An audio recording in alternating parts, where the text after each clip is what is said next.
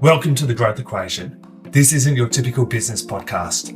We're keeping it real about the challenges of scaling up, period. I'm Tristan Wright and I've been there. I've built and scaled my own business. I've sold it. I've learned a ton along the way. Now I'm bringing you the no BS stories of founders who are in the trenches right now, navigating that messy middle. We're talking advertising, marketing, design, creative, branding, the whole 9 yards. Doesn't matter if you're a solopreneur or running a team of 100. Everyone's got a secret sauce, that thing that makes them different, better. We're going to uncover it. So grab a coffee and let's get real. Welcome to The Growth Equation, where we dive into the real challenges and triumphs of scaling a small business in Australia. Today we're talking to Tennille of Ritual Consulting. Welcome, Tennille. Hi, thank you for having me. My pleasure. So we were just having a chat before recording about your story. So love to hear about the journey from living in Sydney back to moving back home to Byron and the building out of Ritual. Thank you. My background is I was born and raised in Byron Bay and moved to kind of the big cities to start my career in advertising. So I've been working in the industry for almost close to 20 years now. And dancing between marketing roles in companies, in like well-known household brands like Australia Post, Suncorp, Bank of Queensland, and then also award-winning advertising agencies, so some of the really big players in Sydney and Melbourne. But they were all very fast-paced, highly stressful, competitive environments. So I actually had a lot of health issues all through my 20s. And it wasn't until I was in a role in Melbourne and I just experienced extreme burnout and had to just take some time out. And I think it was just in that moment, in that period of my life where I was like, you know what, this isn't sustainable and this isn't really aligned. I'm not living my life in alignment to my own values. So I made a conscious decision to, work towards doing something different at that point, and I actually started a yoga teacher training and studied yoga, mindfulness and meditation for a year to become a yoga teacher. And I managed some high-end yoga studios down in Melbourne, which I truly loved. And it was during that time that I started working for some small business clients, doing marketing. Word had kind of got out that I had a marketing background.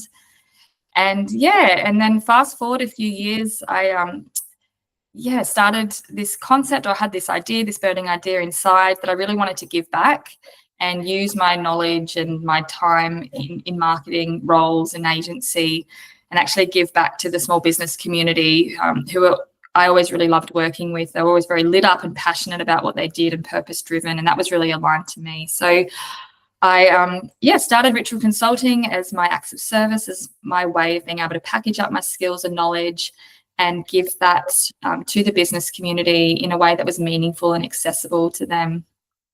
Yeah, awesome. So you started that, I think, part-time, and then when you ended up moving to Byron, that's when you made the leap to go full-time. Yes, that's right. So I started Ritual as a bit of a side hustle in parallel to working full-time, and then scaled my full-time job back to kind of part-time to it slowly increased my time and hours into Ritual. So it was a really nice transition, I guess. But then it was during the COVID period that I guess like a lot of people, just had some more time to think about things. And I was kind of ready to step in my business full time and also ready to head back home to Byron Bay, which is where I was born and raised. So my family was still here, had a lot of connections still here, and it was always home to me. So I always knew at some point I would come back. And so I stepped into the business full time and moved back to Byron. And fast forward a couple of years, here we are. Have you ever looked back since going full time? No. Every now and again, I think, it would be nice to kind of get dressed up and go back into the office and be in that office environment. But I think, I'm pretty happy with where I am, and I love the variety and just being in the driving seat of my own life and my own business, and being able to, I think, as a marketer, implement some of the things that I see going on and actually just make decisions and bring things to life on my own. I think that's really cool and it's really exciting and interesting for me. So I really love being in that driver's seat and, running my own show and being able to make the decisions and help people as I see fit. Yeah, it allows us to as you said, make our own decisions, but we're in control of our own destiny as a business owner, consultant, whatever. Exactly. And I think that's really inspiring. And I think if you have the drive and the clarity, it can feel really good. I think at times it could, can also be overwhelming. And I can imagine if you didn't have a really clear vision with what you wanted to do, it could feel overwhelming and confusing. But I've always been quite fortunate in that I was very clear with Ritual from the beginning, what I wanted the business to be, what I didn't want the business to be. And yeah, I've stayed true to that. Some things have taken longer to get off the ground than other things, as they do. Life happens with business. Yeah, absolutely. Because as a small business owner myself, I am wearing all the hats. And I also took some time out to have a couple of babies as well. So that kept me very busy. That might delay the growth of the business, but it's probably worth it. Absolutely. Talk to me about the vision. Like, even marketing owners and branding agency owners, sometimes they just fall into running their business, and at times they're just running the business, showing up and making a bit of money and suffering from burnout, stress. I want to hear about how you set up your vision and how you stayed aligned with that. There's a bit of a deep answer, if you don't mind, and I'm sure you can Totally. edit That's this as you what I see want to fit. do. Yeah. I think I remember it was when I was in Sydney, just being on the commute and even just talking to people, and there was just a lot of people and almost just like a bit of a collective energy around people not really living their life to their full potential, and people not living on purpose or being able to find their purpose and do something that lights them up from within. So I was just kind of aware of this, and even just working in corporate environments, I know, in different teams that I worked in, there was a lot of people that were just really unhappy and just weren't really sure what they wanted to do and whether what they were doing was right, etc. So when I got to experience the small business world, and with one of the businesses that I owned previously, I did markets as a way of doing market research and getting the brand out there. And I had this opportunity of, working with people that were doing things that they loved, and, they'd started up their business. And even with yoga teaching, I got to work with some really incredible teachers, and I wanted them to get their word out there and them to get their message out there because I knew their gift and the power of that gift. So I want to support people. My vision is always and still is to support people to be able to live their life to the fullest. And the way that I can support people was in like an aha moment that I had was actually just going, well, do you know what? I've got my experience, and my experience is my marketing and my advertising and my communication background and everything I've learned in those environments. That is what I have to give. So I can support other people to live their life in alignment with their purpose and succeed through me supporting them with what I have, which was marketing experience. So that was my vision. I just want to empower. I want to impart knowledge. I want to give back and to help other people so that we can all, as a collective, find more joy in life, find more ease, live more aligned to our values. So that's kind of where I fit into the bigger picture of things and my vision with the business. And for the most part, I'm carrying it out. It's just taking a little bit longer in certain areas than I had imagined, and that can be frustrating at times. But I've also learned to accept different seasons and different phases of your life as part of that journey.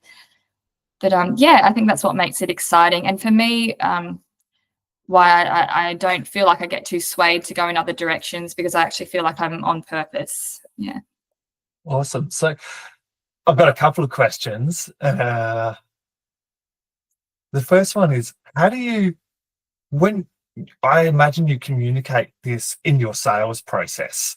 So when you're talking to a prospect and you share this story, How does that impact your sales process?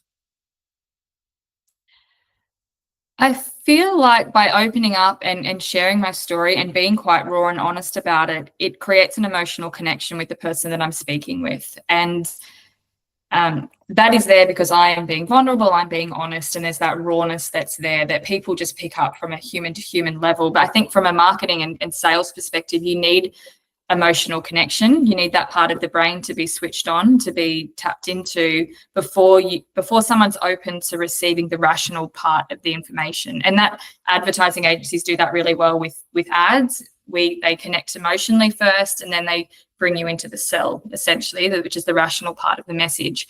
So not that I go about my sales conversations with, having a structure, to manipulate people into making a purchase. It's very genuine and very natural, just in terms of sharing my background, what my intention is, how I can help them.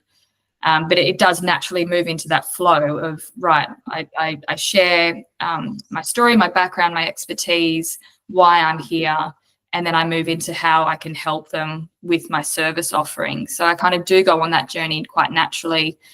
And I think because that emotional connection is there and people can understand that, people buy into it as well. So therefore they feel a bit closer. And because I've been open and transparent, there's a level of trust that's established. We're taught to be authentic. There's fake authentic, where you're trying to be authentic, and there's what you're saying, like you're actually. And we're talking before we started recording around not having to be a pretend persona or be what the brand that we're working for expects us to be, being our true authentic self. And what you're just sharing is exactly that, not the fake authentic.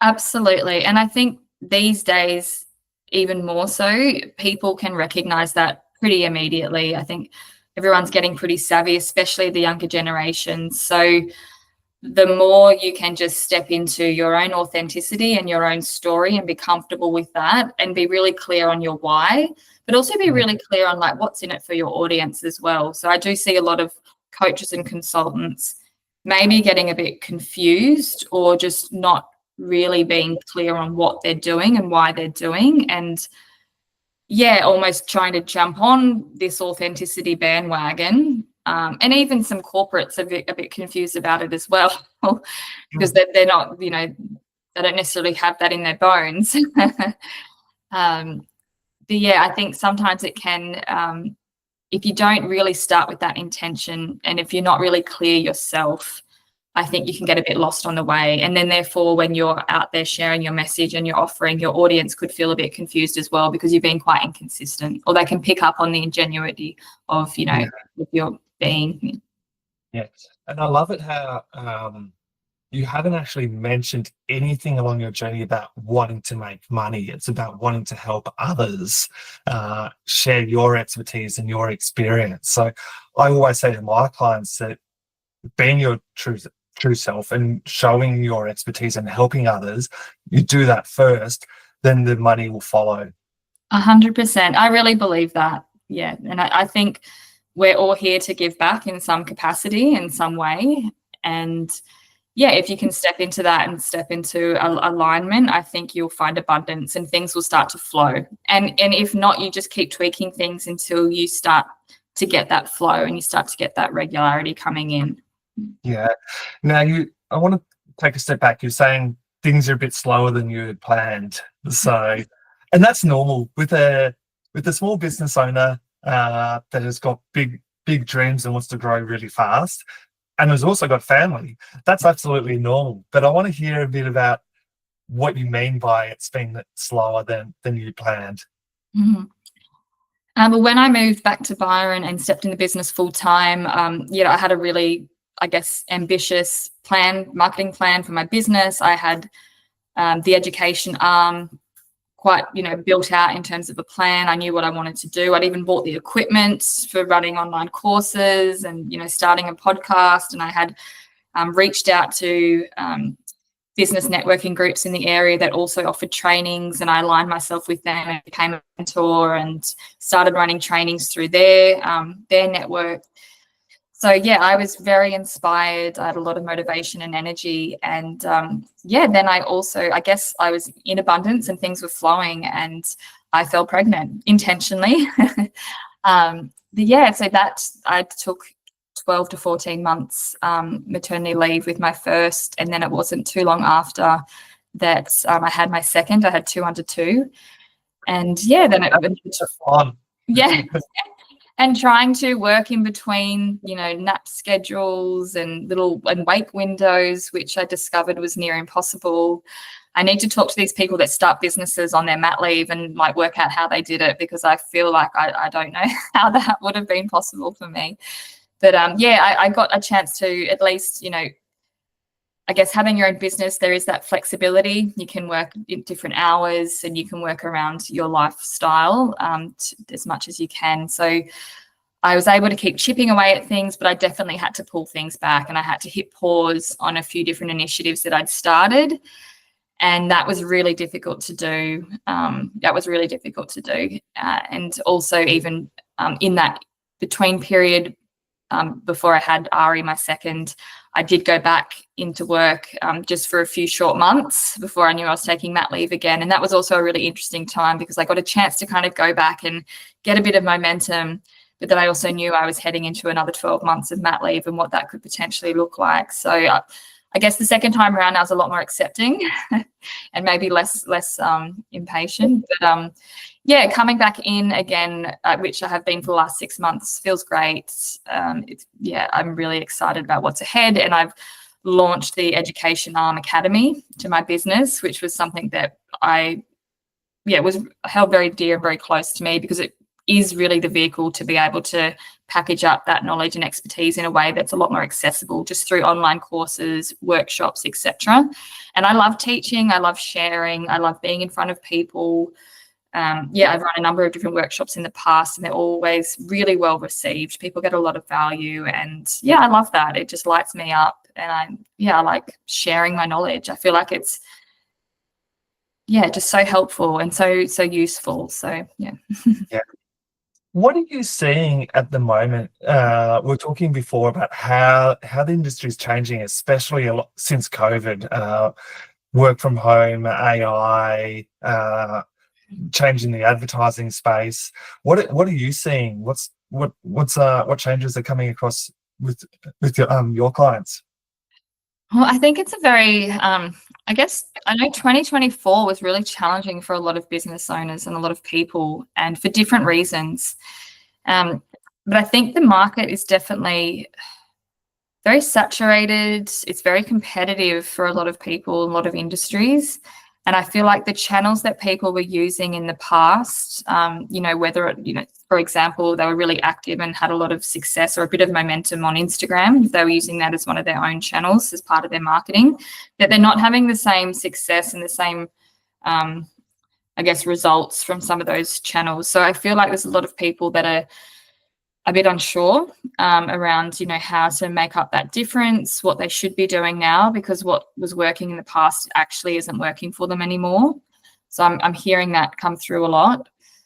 People are, I guess, looking to find different ways to connect with their audience and build that engagement and to drive sales really as well. So that's something I'm definitely seeing. I think people are exploring AI and the different apps and how they can incorporate that into their business, and where there's cost savings, where they're actually able to offer, a different service to their audience, because they're able to tap into online, AI and that sort of thing that they might have had to use a person before. So I think that's kind of changing, the way a lot of people are doing their business, but it's still early stages, unless there's, in terms of working out how to fully adopt it and incorporate it into your business.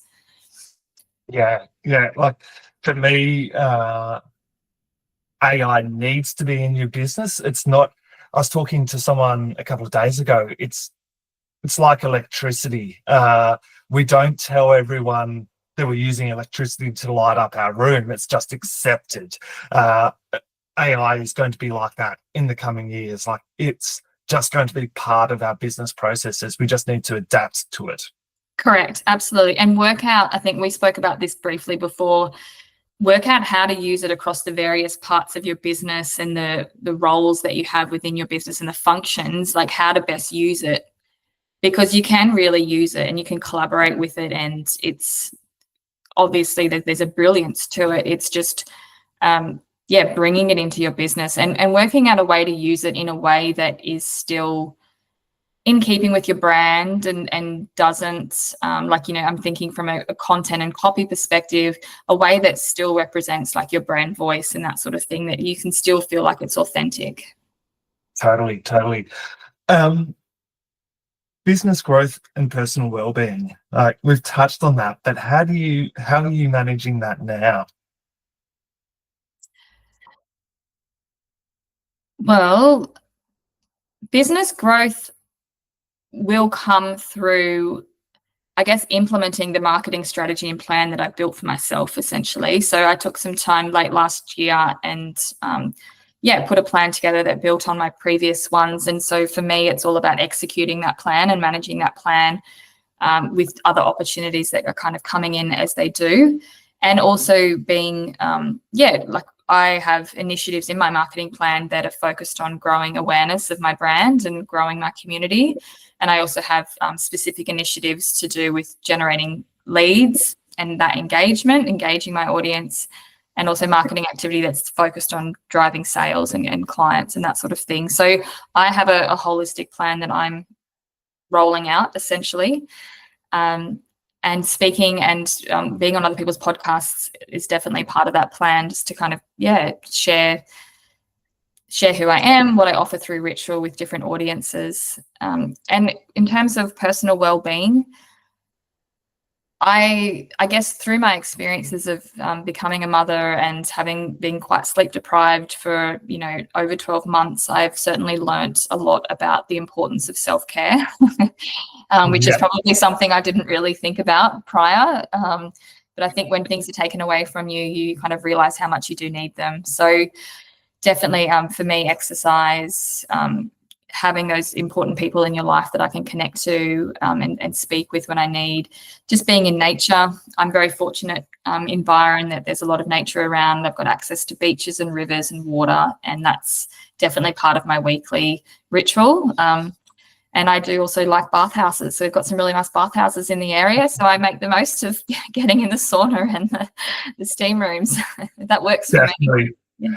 Or go up to Brookie's gin distillery and have a bit That's of gin it. up there. Absolutely. So, there's no shortage of things to kind of have a break from and check back in and reconnect. Yeah. My partner Erin went up there. One of my other clients runs retreats or runs events, and they had a couple of spare spaces or spare rooms. So Erin took one of the rooms for a couple of nights, and she went up and had a couple of nights in Byron, and then got me some gin from Brookie's on the way home. Oh, amazing. You'll be happy. You send her off on more retreats. Yeah. I wasn't complaining. So we've talked about effectively work-life balance and looking after yourself whilst growing the business. So where do you see, let's say, the next 12 months? Like, there's going to be hurdles. What are you forecasting as much as we don't want to have a hurdle, but what do you think is going to be, let's say, could be a big blocker for you moving forward? I know this is a tricky question. Yeah, no, it's a good question, and I really like it because it is real, and there are going to be hurdles, and I know I'm going to get to the end of the year and be like, okay, that didn't happen, or that didn't go as planned, or that was a complete flop. I think that's all part of running a business and running a brand, and that's all. It's great because as long as you can look back and find the learnings and and adapt and do things differently the next year, I think that's all part of the journey. I think for me, one of the biggest challenges is going to be around growth and growing the business, and actually how to bring different roles in and bring different people in. I've just appointed a marketing assistant now to help with my own business and brand, and the admin side.